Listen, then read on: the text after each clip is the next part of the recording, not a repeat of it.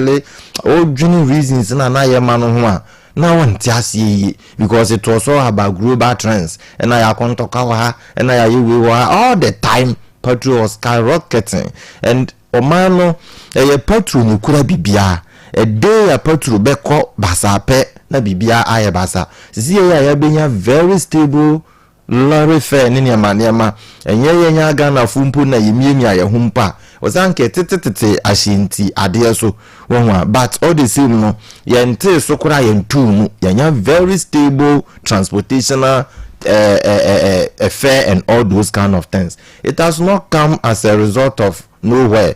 It is as a result of prudent economic measures.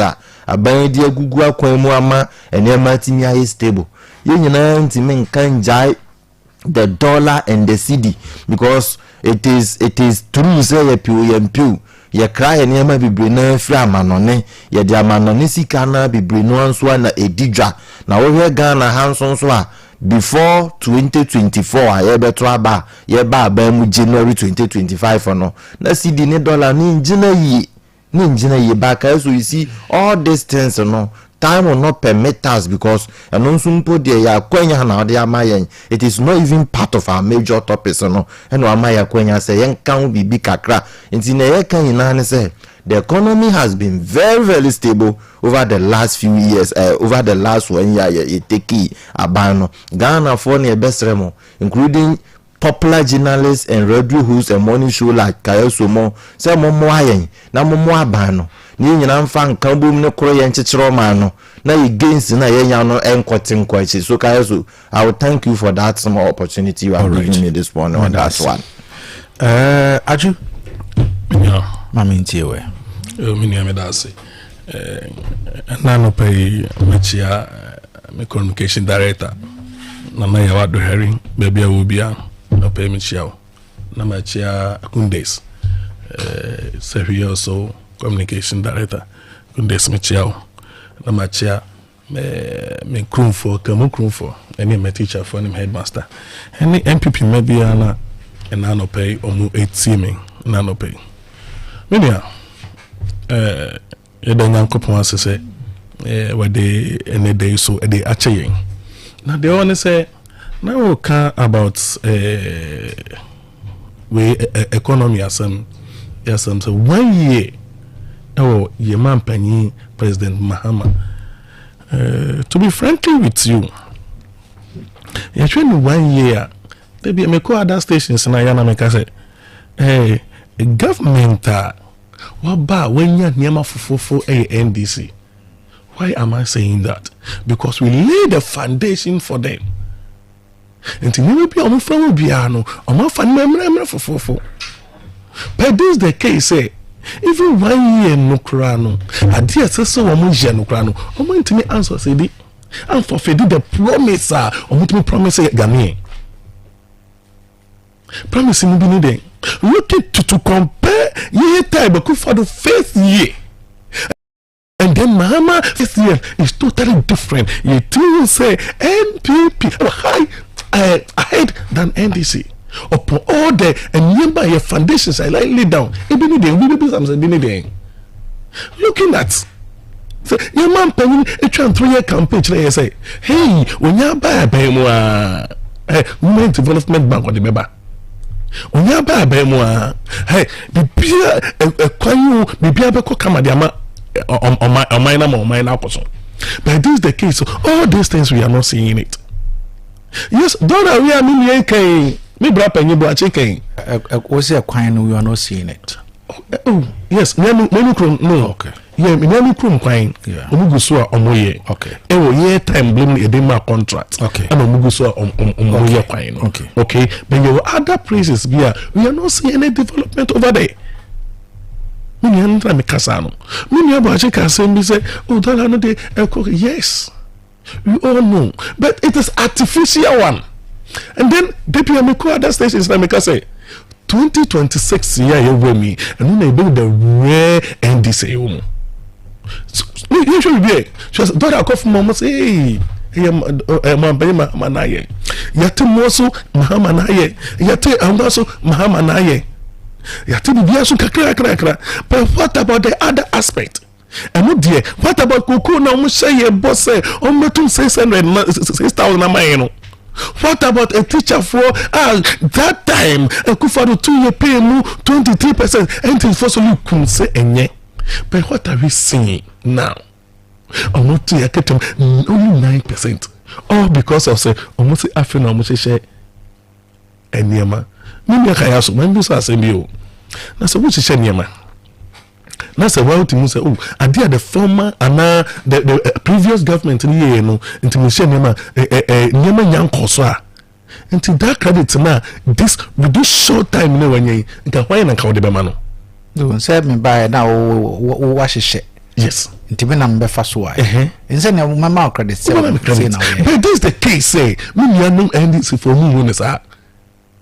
Okay? You should don't ask me. You see, me bomb pay my NDC for. Say, so here na mania to yen. Say COVID anything e buy yen. I didn't look, you sure I could for the first day. First 4 years now, and then I go smoothly because of you're bunny about 2 years and then send the baby every but me bomb pay my NDC for and your man penny President Mahama say some person be about to a man no or my boo or mine for first and almost penal but it's a man so and I bet you almost say a book get it away so or shall bo away aba so we can do there so say share me come ntokwapa na esi wo kokongete oh yes women nipa 2 pe na benye bi oh yes me ya away but all come yes nipa 2 until I ask myself say until nipa no ba moto abai until only nipa 2 pe na benya anyi bia na kokongete na bia na me ya about one you mean 2 households are not they are listening to me right now nipa 2 they are listening to me right now. Almost so now on tobacco. But we money. I say ya change a bar a nipa on me nipa me nupe and I'm say is that the promise that Muhammad promised us? Many of what you are aware. But what you will tell us a different thing here. Say no paper was so no they will not say it. And to me young man Penny Muhammad the first time of government in the motion in the uncle ye ama Ghana for. Is it not because of the spectacle of Bounty now? Can you okay? Oh no. Okay. No. Maybe only the guy can say Mitchell say. Well, I was say ye can say a name way uncle ya who say after no aba. A case to Coco Bona catch a said to Muno who say after no aba. Ye can say Women Development Bank or Castle BC who say after no aba. Who say one kitting nipa after no aba and after no shanyama. Na daughter no call for Monday. Okay, just if I credit now. I don't know for that. Yes. Yes. Yeah, man, me try. It's from penny 40 to true. Near case phone 80. Until they know what we are saying. The crab you are saying they know what we are saying. But and this phone with the propaganda into they will not tell us the truth. Look at Samijo fin now the working. Good board. Good. Hey, you to good boka minia. You to good boka. So look at. And then Samijo fi. They say why no I can't know to. Oh, because when you baby papa say I will be the man what on and to win Kasebio. Is there how they tell us say they will build and build our nation for us well? No. So almost uncomplete. Okay. What does mean here? How about you, Kaka? Yeah, Kayaso. Yes, sir. And yet, I say, me about compare because of baby, I will feel no. Kramokrum. Oh, okay. Kramokrum for you now for the politics I know. It will be an senior no mote. Yeah. Indeed, brother, you are welcome. O quite a few for you now, mammy. Now, my film. Kayaso Kakari woman say, was so Muli foundation no my for economic development no. Now I want some more when I say foundation I yet nearly 8 years I went in years so now foundation banya. I don't know, just people for a bit much rain. So your lay foundation 8 years you build on that foundation. Then now foundation ya. Jira omo chiri feda because you can't understand them. And na ye kano o say dollar no it is artificial. It is artificial. Kayaso ya we hu natural dollar da. Yeah, we are seeing how natural dollar. The performance na some no. Say yeah, there be so artificial there. Yeah, the nim say artificial ya there ni pa na den nsa aye. Yes. And na natural so ya there anyame na aye. Yes. And na dollar na come from no. O say ya artificial. Inti mpeso chere natural dollar. Say yankopon bu wi asimu no. Dollar we na yame boto. You see, you can't understand them. Now then artificial dollar no itimi mane ba for mono. Na yetimi na artificial mo de na yankopon dollar de no na na mo wonti na ama from na de na man copy artificial ni bi ama mota mo so dollar na amra for, and so you can't get it. And you see this 9% salary increment that he was talking about, you know, I don't know if you are not a teacher and a teacher, I can't tell, but the truth of the matter is you are accepting 4% that.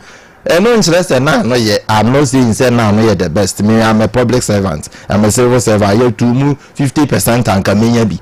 But yeah, just 9% or 2 more bands to pay. And so 9% and 9%, no, is no more than 100% increment. If you 4, yeah, my night. So brother, well, you know here in Ghana when we accepted 4% in Akufo-Addo's regime. And then finally, and last but one, also more time on so here to the same song.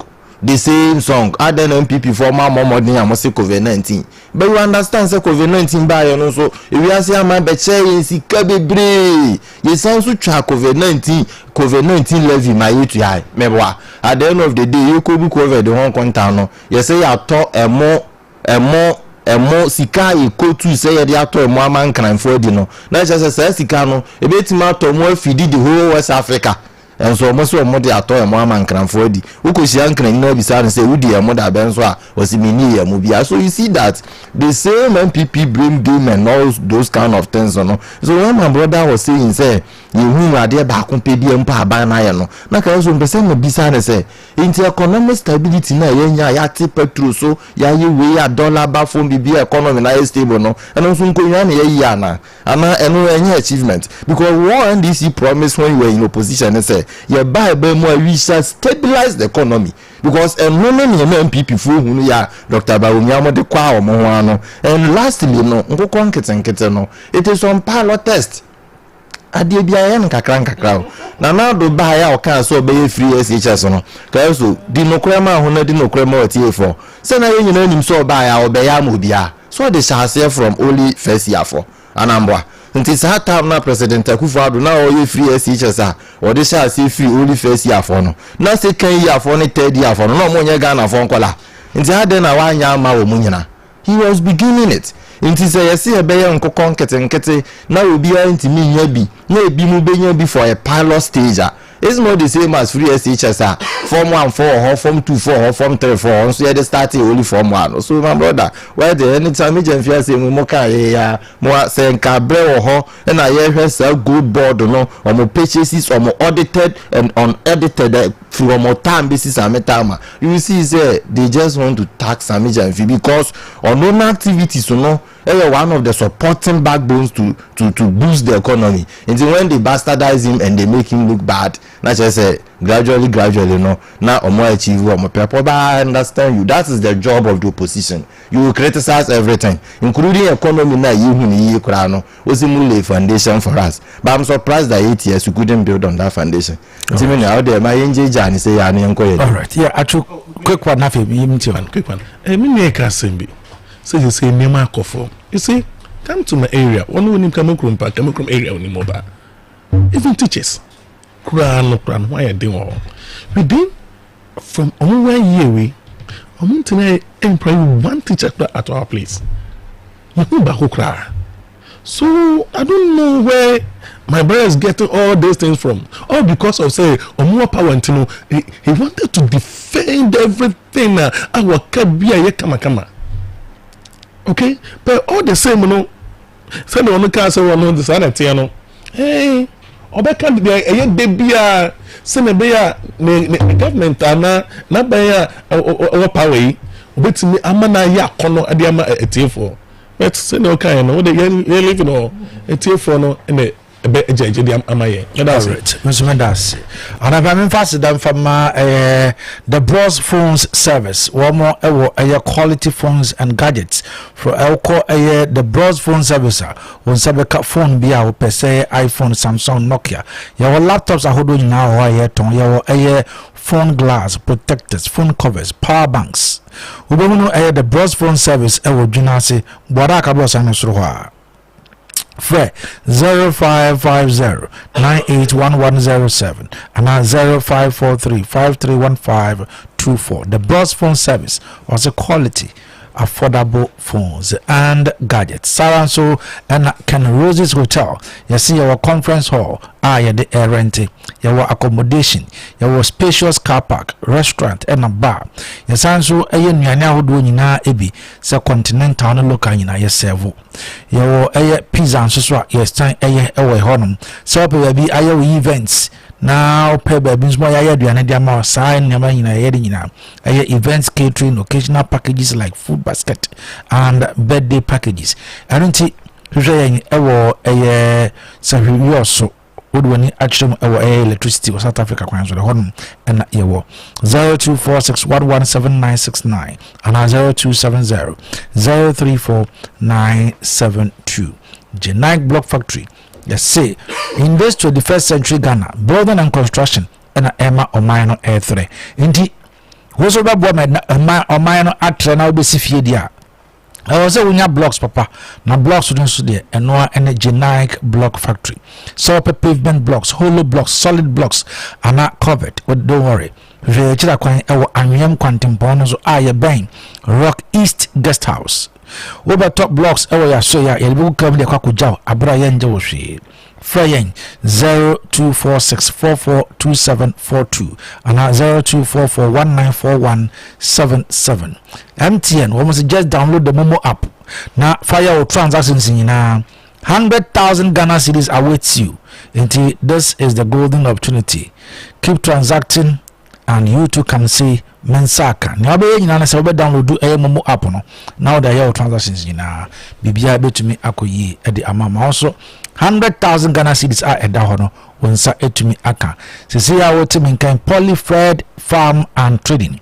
You say open a special ice bottle water atwa ya obi yenko na ye yesi won ma Western Africa ye ton special ice ebuwa no eyefu enti odwani extreme ewodwunase atechima bia ye twa glass no ye wo ho sara nso ne ye wo nkokɔ ene nkonfam ye ton ebuwa no so eda fom enti uba na betobu ya so ya ye besa so ama TNT na odi afa wo ka ede akɔ ubehunu ye ewo Sewas campus iwo hwehwɛ teacher ayensu another frɛ 0243176170 anapay yetwa yensem no eso wo ma me no wo mo ha me wo honorable Boache wa ha for the NDC and me wo atru for the NPP na yentwa yensem was the former finance minister Kayaso-08 was reportedly detained yesterday by the United States Immigration and Customs Enforcement over questions concerning his current immigration status. And according to the legal counsel, he has a pending application for adjustment of status, which permits him to remain lawfully in the United States beyond the expiration of his visa. So why Oforiatta is still fighting and battling? Aju, I'm even through. Many Are the person about for inviting him crowd by the man and I said day pa. I'll say I don't know. The crop what's a union NDC for Omope. A shaking of Foriata Jumason, Besson, the man. Or your mind. Now, when you be Foriata, invite you know. And then I'll catch them and say, oh, no, do no kakra. Inti okoshe no ho yare. Nyina ya we say no do no. And then me ya Kayaso. Na say nipa wa be sumo man e pen. A wo ye penya na ni wo nyam. A wo sumo ma sumo ni ye.